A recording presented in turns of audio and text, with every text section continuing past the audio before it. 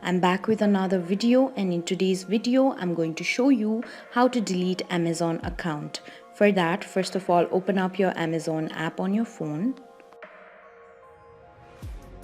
After you open up your app, be sure that you're logged into your account. Tap on the 3-bar menu icon which is on bottom right. There you can see the option of customer service. Tap on it.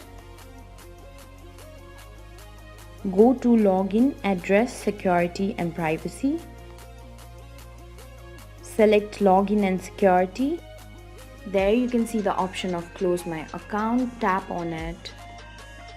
After that, tap on learn about account closer. And then tap on close your Amazon account. Now scroll all the way down and select a reason for deleting your account. If you are sure you want to delete your account, tap on the small square box and then tap on close my account. Amazon will now send you a confirmation link on your email, so open up your mail. Scroll down and there you'll see the option of confirm account closure. Tap on it. This way you can delete your Amazon account. Thank you for watching. If you liked the video, please hit the like button.